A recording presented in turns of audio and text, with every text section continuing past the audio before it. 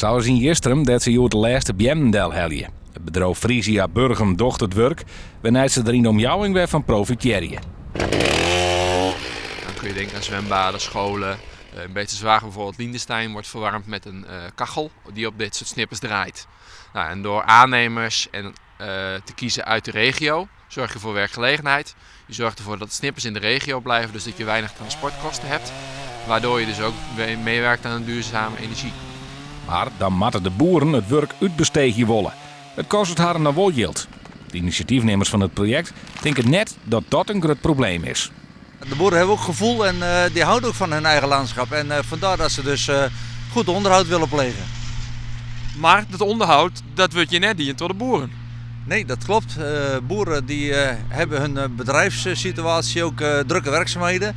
En door het project Energie uit Hout kunnen boeren dus ontzorgd worden in het onderhoud. Op dat zitten er in zulke stroken een soort besten als vlinders, reeën en vogels. Daarvoor is het beter als dat soorten stroken professioneel beheerd worden. Er is in 2012 een onderzoek gedaan naar welke soorten er allemaal voorkomen. En dan zie je gewoon dat op zo'n heel klein stukje houtwal of elsensingel, dan hebben we gewoon echt duizenden soorten. En dat gaat van beesten die zo groot zijn tot beesten die echt millimeters groot zijn. Zo hoop je dat meer boeren in het gebied meedoen willen aan het project.